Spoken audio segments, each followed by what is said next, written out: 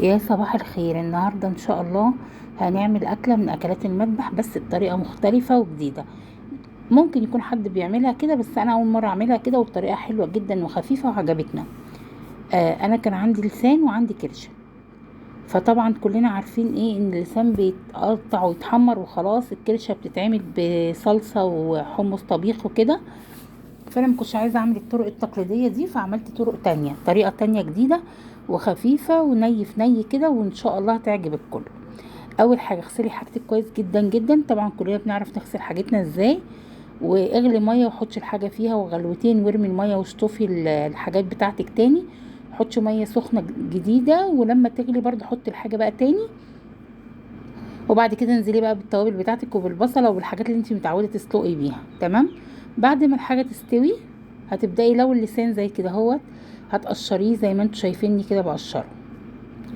في حاجة تانية، لو انت عندك لسان بس تقدري تعمليه لوحده، لو انت عندك كرشة بس تقدري تعمليها لوحدها. تقدري تعملي كمان الطحال بالطريقة ديت، تقدري تعملي الفشة بالطريقة ديت. وطبعا لحمة الراس برضو تنفع بالطريقة دي. فأول حاجة هنعملها بعد ما سلقنا، هقشر اللسان وبعد كده هقطعه طرنشات، وبعد كده هعمل الطرنشات دي كروهات بقى مربعات. بصوا بيطلع بمنتهى السهولة ومستوي جدا. ريحه الحاجه تحفه يا جماعه. في حاجه عايزه اقولها لكم، وانتوا بتسلقوا بالذات الحاجات بتاعه المذبح او الحاجات بتاعه لحمه الراس والحاجات دي، اعصروا مع الشوربه ليمونتين كبار. طعم المزازه بتاعه الليمونه ما بتبانش، بس بتخلي الشوربه طعمها حلو قوي وما بيبقاش فيه اي ريحه زفاره، مع طبعا الغسيل الكويس والنقع في دقيق وليمون وملح والكلام بتاعنا ده ومعلقتين طحينه. انقعي الحاجه فيها حوالي ساعه قبل ما تسلقيها. الحاجات دي بتفرق قوي، وهو دوت الفرق بين اكل حد وحد. هنا زي ما قلت لكم هنقطع اللسان شرايح وبعد كده هنعمله مربعات. اهو كده عملناه. هنركنه على جنب وبعد كده هنمسك الكرشة ونقطعها. عندي برضو الكرشة انا بسلقها حتت قطع كبيرة كده، وبعد لما بتستوي ببدأ ان انا اقطعها زي ما انتوا هتشوفوني دلوقتي. واي دهون بتبقى في الكرشة في الناحية التانية من الناحية دي بيبقى فيه دهون كده مكلكعة كده، دي كلها بشيلها قبل السلق. اصلا ما بخليهاش في السلق، انا بشيل كل الكلام ده مع الغسيل. وبعد كده هقطع الكرشة مربعات زي ما انتم شايفيني كده، واحاول اخليها كلها قد بعض. وبعد ما اخلص تقطيعها هقول لكم بقى نعمل بعد كده على البوتاجاز. لو في ناس ما بيحبوش الاكل ده خالص، لا يحاولوا يجربوه يعملوه. لو انت نضفتي الحاجه كويس قوي وعملتيها بالطريقه اللي انا هقول لكم عليها دلوقتي، اعرفي ان انت هتاكلي حاجه زي الفل وطعمها هيبقى حلو جدا والريحه هتبقى جميله جدا. فيلا بقى نبدا العمل. نروحنا على البوتاجاز وبعد كده هنحط بقى معلقتين زيت، معلقه سمنه اللي عندك واللي بتحبي تعملي بيه، وشويه خضار بقى كده حلوين هنحطهم هما كمان على على السمنه. أنا لسه ما ولعتش النار.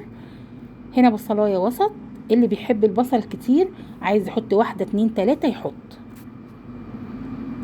هقطع البصلايه زائد كده، وبعد كده هقطعها كده الشرايح رفيعه. عايزه زي ما قلت لك تحطي بصلايه تاني، عايزه تحطي بصلتين براحتك.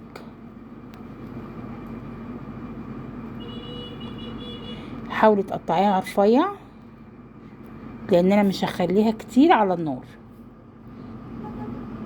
هنا البصلايه، وديت نص فلفلايه رومي كبيره حمرا،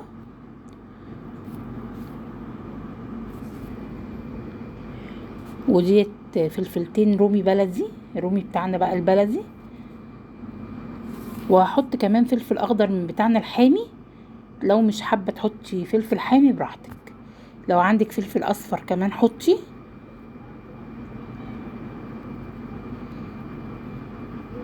كل ده انا مولعتش لسه النار. وفي الوقت دوت هقطع طماطمايه تكون ناشفه، مش عايزاها تبقى فيها ميه كتير، تبقى ناشفه علشان خاطر انا مش عايزه يبقى فيها صلصه. انا عايزه يبقى خضار بس اللون ما يحمرش معايا يعني. هحط الطماطمايه على كل الخضار ده كمان اهيت. وبعد كده معلقه توم بقى كبيره كده محترمه او راس توم، هتنزلي بيها على الكلام ده كله ني زي ما انتم شايفين كده. في الوقت دوت هولع بقى البوتاجاز، وبعد كده اهوت هديله تقليبه لحد ما السمنه كده تسيح وتفك، او معلقتين الزيت تقليبتين 3، وهنزل بالكرشه، وهنزل كمان باللسان.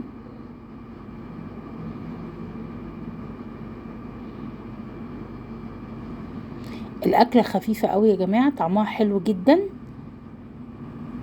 اهم حاجه في الموضوع كله النظافه، لان الاكله دي لو مش مغسوله حلو قوي بيبقى فيها ريحه غريبه كده. فاهم حاجه في الموضوع النظافه.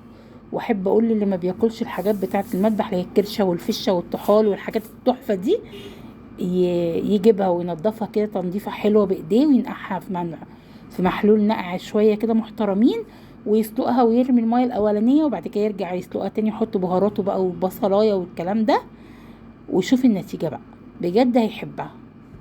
ومن الاكلات اللي بتعمر الدماغ صراحه. اول حاجه بقى هننزل بعد كده اهو بالتوابل. حطيت من كل حاجه نص معلقه، تمام. حطيت نص معلقه كمون، فلفل اسود، جنزبيل، قرفه، بابريكا. لو انت مش هتحطي فلفل حامي تقدري تستبدلي البابريكا بحبه شطه صغيرين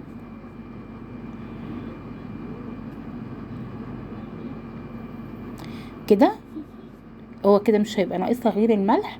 انا بس هديها تقلبتين، وبعد كده هنزل بالكرشه واللسان بتوعي، وبعد كده هو هحط الملح وهحط لها شويه ميه صغيرين بعد ما الخضار ينزل ميته ويشربها. حاولوا تجربوا الطريقه دي بجد هتعجبكم. طريقه خفيفه والطعم بتاعها حلو وجديده. انا بعمل اللسان بطريقه مختلفه عن كده، وبعمل الكرشه سوري بطريقه برضو تانية غير كده. بس انا حبيت ان انا اعملهم حاجه مشوحه وفي نفس الوقت يبقى فيها حاجه تتغمس. فالطريقه دي عجبتني جدا، ونتيجتها كانت حلوه والطعم كان حلو قوي. هتعجبكم بجد لو جربتوها. هنا نزلنا بالكرشه،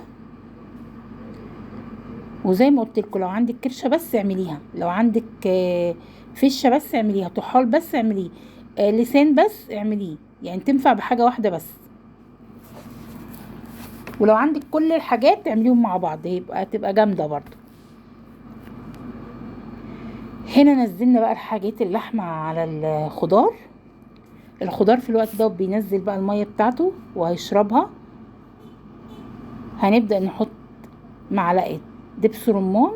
معلقه دبس الرمان يا جماعه هتودي الاكله في حته تانية، وهتخلي كمان الريحه بتاعتها تبقى تحفه بزياده. هي ريحتها تحفه صراحه ونضيفه زي الفل. وكمان هحط معلقتين خل. انا كنت في الميه بتاعت السلق، الميه التانية يعني مش الميه الاولانيه، انا برميها محطش فيها اي حاجه غير ان انا بس بديها غلوه مع الحاجه، غلوتين، وبعد كده برجع اشطفها تاني. سوري، الميه التانية انا بحط فيها ليمونتين، بعصر فيها ليمونتين في قلب الميه. الليمون مزازته ما بتبانش زي ما قلت لكم، بس بيخلي الحاجه طعمها تحفه. ولو انت عندك شك نسبة 1% ان في ريحة، الليمونتين بينهوه.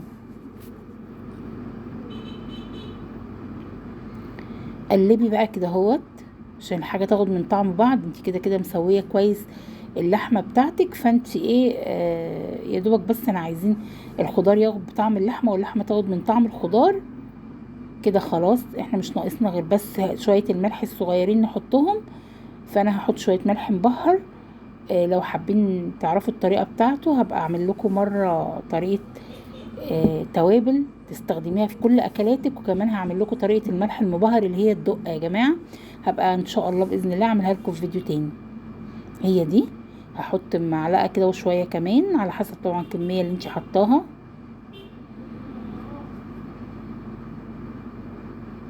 كده تقريبا الاكله استوت، لان انا كل حاجه فيها مستويه، وانا مش عايزه الخضار يدبل بزياده، انا عايزاه يفضل صحيح ومحافظ على لونه ومحافظ على قرمشته الخفيفه كده، مش عايزاه يبقى مسبك يعني.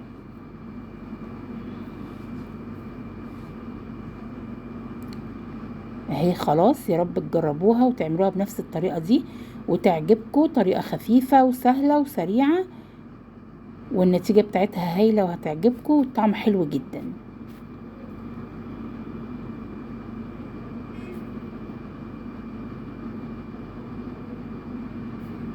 بس خلاص، انا هنا بقى كنت ايه شويه كده، ويا دوبك لما لقيت مبقاش فيها ميه خالص حطيت لها حوالي نص مج ميه وغطيتها بعد كده، وخليتها بقى ايه يعني شكشكت مع بعضها كده زي ما بيقولوا، خدوا من طعم بعض. وكده خلاص. يا رب تجربوها وتعجبكم.